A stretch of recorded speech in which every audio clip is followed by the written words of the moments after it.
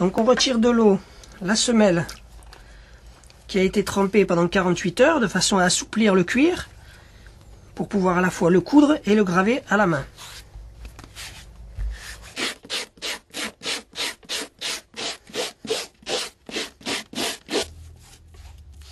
Donc là on va procéder à l'affichage de la semelle.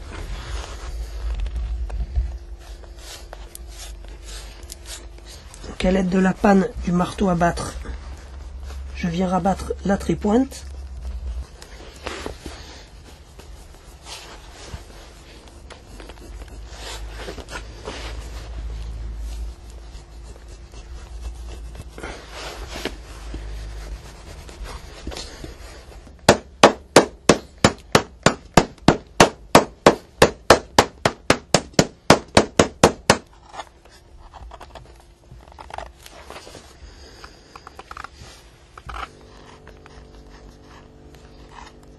Alors à l'aide de la pince plate, on va écraser la trépointe.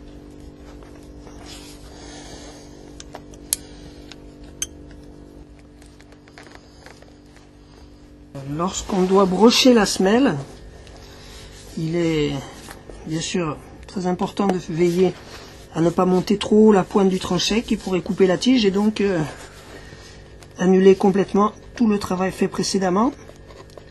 C'est pourquoi on travaille avec la pointe du tranchet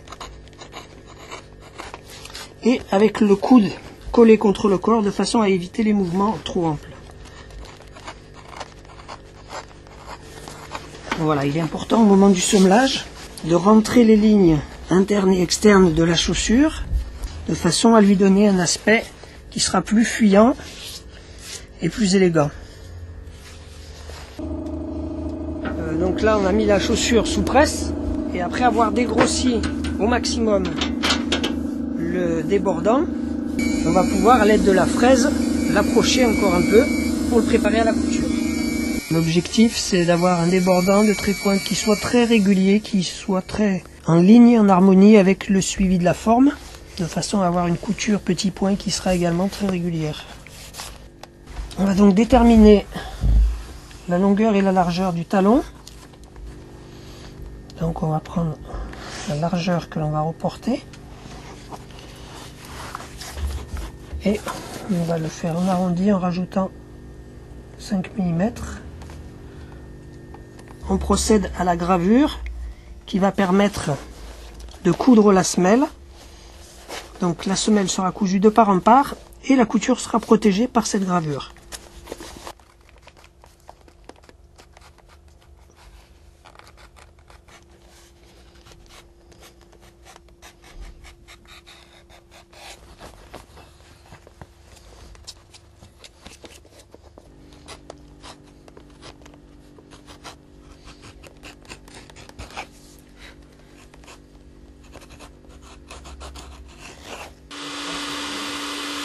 Alors en fait là, je suis en train de chauffer la roulette marque-point et c'est cette roulette qui va déterminer la longueur des points de la couture.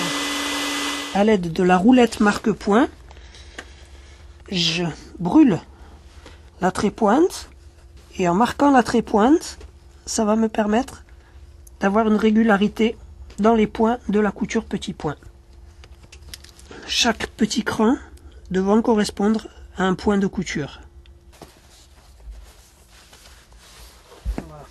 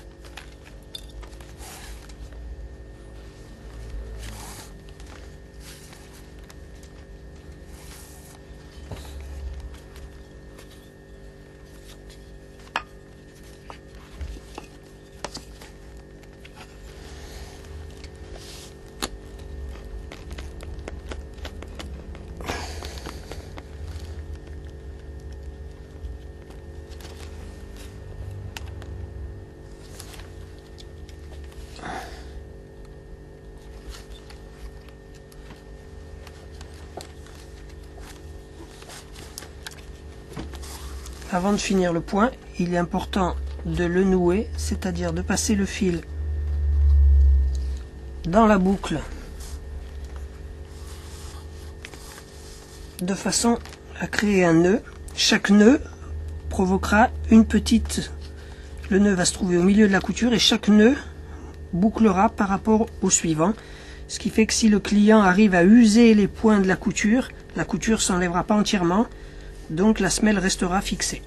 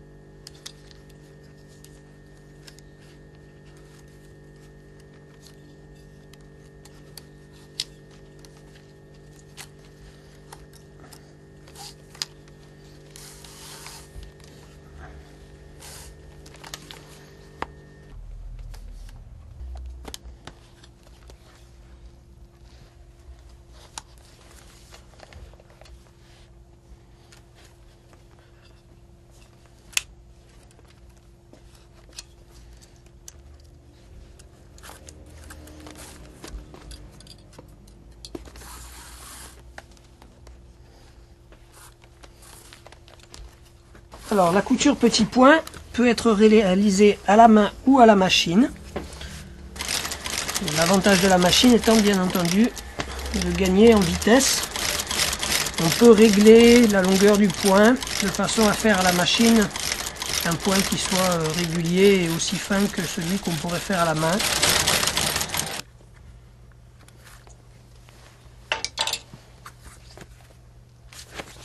Voilà. Alors une fois la couture petit point réalisée, on va donc rabattre la gravure. Je vais donc la rabattre une première fois pour lui redonner sa forme.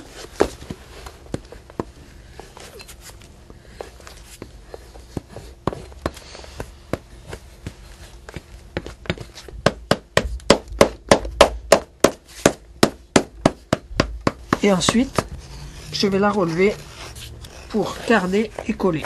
Le cardage ayant toujours pour but de préparer le cuir à recevoir la colle.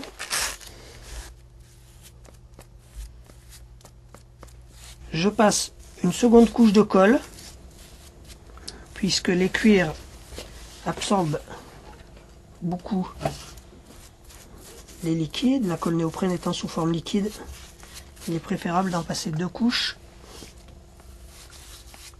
pour vraiment garantir un très bon collage de la gravure. Alors il est important de bien pousser la matière de façon à ce qu'il n'y ait pas de plis sous la semelle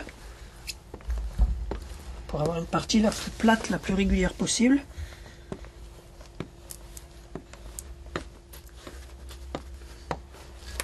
Vous allez maintenant la taper.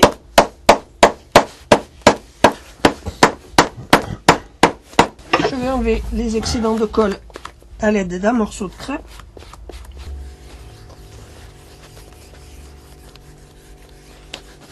Voilà. On ne doit pas sentir la couture.